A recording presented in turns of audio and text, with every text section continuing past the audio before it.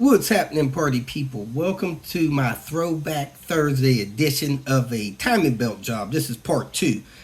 If you haven't watched part 1, you should jump in the link in the description area below and watch part 1.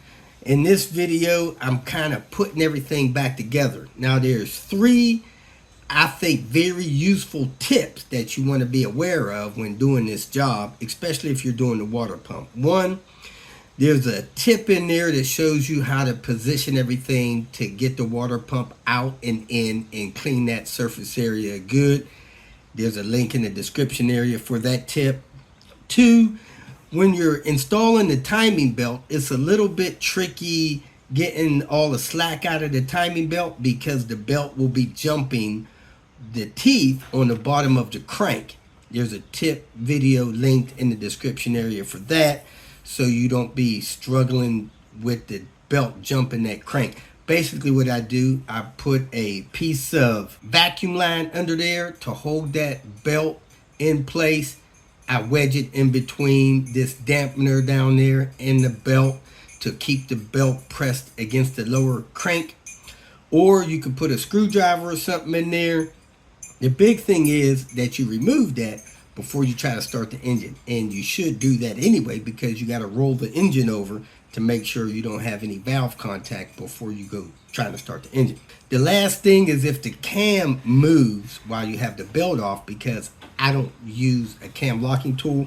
Most people that are efficient at that do not, and those cam locking tools are sometimes extend the time of your job, and sometimes they're hard to install. So we do this without installing the cam locking tools. Sometimes the cams will move because there's a lot of pressure on them from either compression or the valve springs, and it'll cause that cam to move a little bit, and you simply need to move that cam back. As long as you got the crank on the mark, which is ground zero, you can spin these cams around 360 degrees without any valve contact, and you want to get those aligned when you put the belt on so that you don't have to realign them. Occasionally somebody will install a belt a tooth off or something like that. Really not a big deal. You have to be probably 4 or 5 teeth off to cause valve contact. Now if you're a tooth off or 2, that'll probably affect performance somewhere in that power band. It may also affect your fuel economy, but heck, I had one that was off 1 tooth for 70,000 miles. The car actually got better gas mileage. Couldn't really tell any performance problems in that, but next time I did the belt, I seen that it was off and I corrected it. I see them off probably about 20% of the time. Not a real big deal. So if you're in a hurry, you need to get that car moving, and you're 1 tooth off, go ahead and fly with it.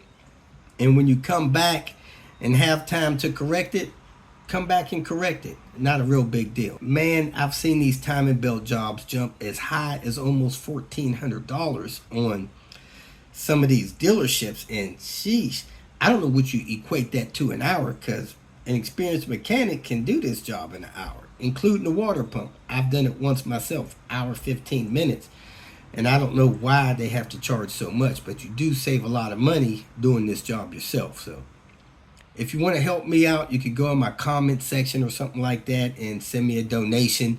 Not necessary. I appreciate your support. Thanks for watching, and I hope this guides you through this job to be very easy. Thanks for watching. Have a great day. This video is designed to give you step-by-step detailed instructions on completing the task at hand. Please read the comments in the About section of this video. It has valuable information and updates. My YouTube channel has a disclaimer video that I encourage you to watch. And please like, share, and subscribe. This is part 2 of the timing belt job video for the P80 Volvos. I'm about to start installing these parts, and this part here was the idler. This is the tensioner roller. These rollers should be snug. This is the hydraulic tensioner. As you can see, it has the hand grenade pin installed in there. You want to look down over top of that, make sure there's no oil leaking out of that, especially if you're going to reuse it. This little plastic piece you see me just drop, that piece is called a rebounder. It helps try to keep some tension on the belt in the event that the tensioner fails. So it goes on there like that when it's installed, and if that tensioner fails and that pin collapse, it tries to keep some tension on the belt to prevent you from jumping time. Not always perfect, but you do want that piece in there. So again, you look in there, make sure you don't have any oil in there, especially if you reuse these. I have a video linked below showing you how to reuse them, but basically you take a large C-clamp, you slowly turn that thing in, maybe a half a turn on your C-clamp every minute until that thing is collapsed. Before you put the timing belt on, it's always a good idea to check the length of it. So I would hold the timing belt together and stretch it out, make sure that they seem to be same length. And if you don't have nothing else to do with your time, you can count the teeth on them.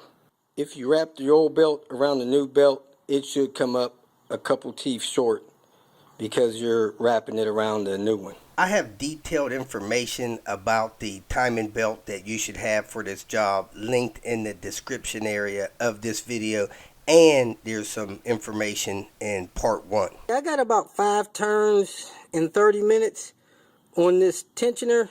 It's almost all the way in. In a minute I'll compress it just a little bit more and stick this pin through there, and then look at the tip of it and see if it's leaking. I got that cranked all the way in. I put the pin in it, and it does look dry. It doesn't have a lot of hydraulic fluid in it. So I'll check it again in 15-20 minutes. If it's still dry, it's probably good to be used again. I got the tensioner roller installed. I think you're supposed to torque that T45 to 18 foot-pounds. I don't think there's enough room to get a torque wrench in there, but if you can, that's great. I got the idler roller in. It's got 12mm bolts on it. I torqued them down. I think they're also supposed to be 18 foot-pounds. Now I'm going to install a belt starting at the bottom. I'm going to feed the new belt down and drop it down past the crank. And then I'm going to go down on from the bottom and put that belt in, because you got to start from the bottom. Let me go down there and do that. Get the belt started. The teeth of the belt are against the harmonic balancer, away from the engine. I got the back of the belt against that dampener there. Now I'm going to work the belt up past the mount and between the cover, and then flip it so that the teeth are against the crank. Once I work the belt into the cover here and pressed it up a little bit more past this dampener, it kind of flipped itself into the teeth of the crank. Now that the belt's in the bottom, let me go up top and work it around that way. Before you come up top to work the timing belt over these other parts, you have to get it all the way in the cover around the crank from down the bottom. Once you do that, you come up here and you pull the belt around the idler, and then you get it up around this intake cam. Now what I'm going to do is go ahead and set the hydraulic tensioner in place and tighten it up, of course leaving that pin in it so that when I route this belt, it'll be ready to pull that pin. As you see, I got my tensioner installed and in place. It's got the plastic clip on it. My tensioner roller is loose. Now what I'm going to do is I'm going to pull this slack out on the front side, making sure the teeth is set in the crank. Then I'm going to come up over this roller. Then I'm going to come up over the intake cam with little or no slack in the belt teeth. Then I'm going to go over the exhaust cam as tight as I can, and I'm going to hold this intake cam still to try to prevent it from moving. Then I'm going to go over the exhaust cam. Then I'm going to go down under the water pump and up over that pulley. So here it goes. Well, while I was routing my timing belt, the belt teeth weren't lining up, so I checked the timing, and it looks like this exhaust cam turned clockwise about 1.5 tooths. So I'm going to turn it back about 1.5 tooths and start putting the belt on again. Sometimes the compression will make those timing marks move. I got it moved back, and heck, I might have bumped it loose when I was pulling that top cover off. So I'm going to go ahead and start with putting that belt on again. I got the crank timed, as you can see. The 2 notches on the crank pulley, aligned with the oil pump notch. And then I got these two cams timed. One on the cover there, one on the cover there. So now that that's timed, I'm going to go ahead and pull the pin out of that tensioner with a screwdriver.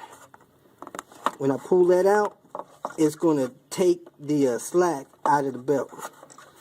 So, get the screwdriver down in here, right? I'm going to have to do that with two hands. Now I got the pin out of the tensioner, so that tensioner should have plunged into that tensioner roller.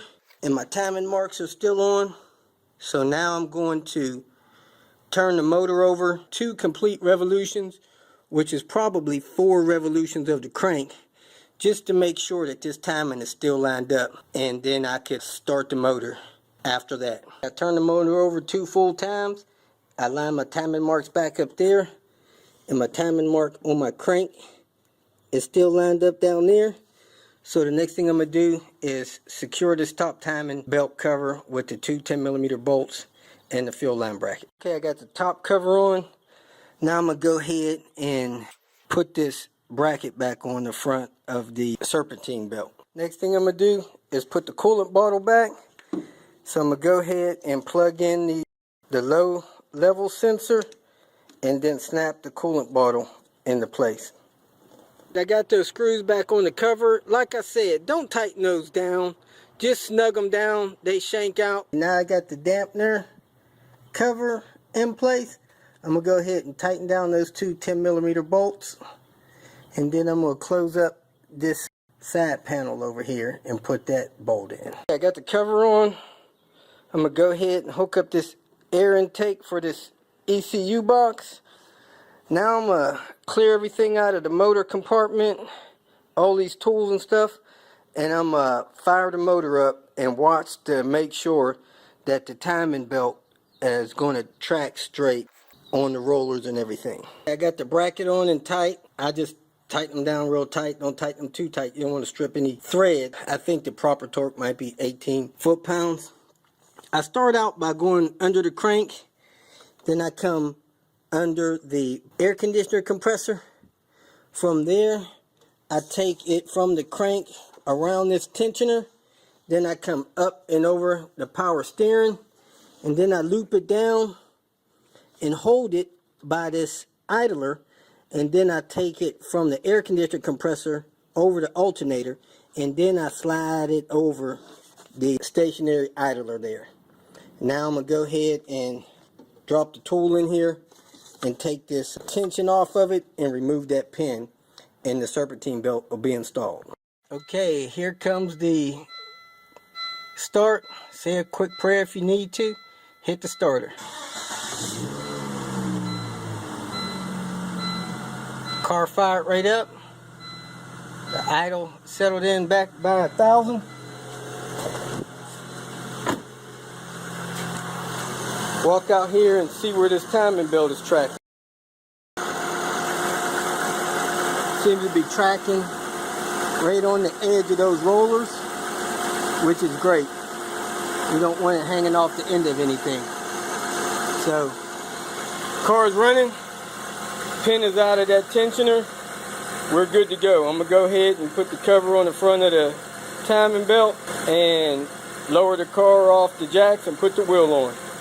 Before I put the wheel and stuff on, I just want to point out that you need to remove this old timing belt sticker because it no longer applies. It was last done there. I round the miles to the nearest 500. I'm pretty anal, but not that bad. The car has 169,677, so I rounded up to 170, and I put the date. I put that I changed the belt, the idler, the tensioner roller, and the hydraulic tensioner. If I would have changed the water pump, I would have wrote that on there as well. I'm probably going to stick this sticker inside the glove compartment door. I don't know if that sticker will hold up out here in the engine compartment as good as these aluminum ones do from the dealer. So that's what I'm going to do with it, and you guys do what you want. Thanks for watching. If you made it this far, I trust that you found some information that was either useful or entertaining, so go ahead and hit the like button. And if you would like notification of future videos that I post, please subscribe to the channel. I appreciate your support. You can follow me on other social media apps by looking for @RobertDIY. Some form of that should bring up the other channels that I have on places like Twitter, Facebook, Instagram, and so forth. If for some reason you need some more personal help, go to my website at robertdiy.com and use the phone number that I have posted there to send me a text message, or you can email me. If you have questions or comments, please make a comment below. And if you'd like to make some kind of financial contribution to what I got going on here, go to my channel and hit the more link at the end of the introduction statement, and it'll show you different ways that you can support me financially. Again, thanks for watching. I hope you have a great day.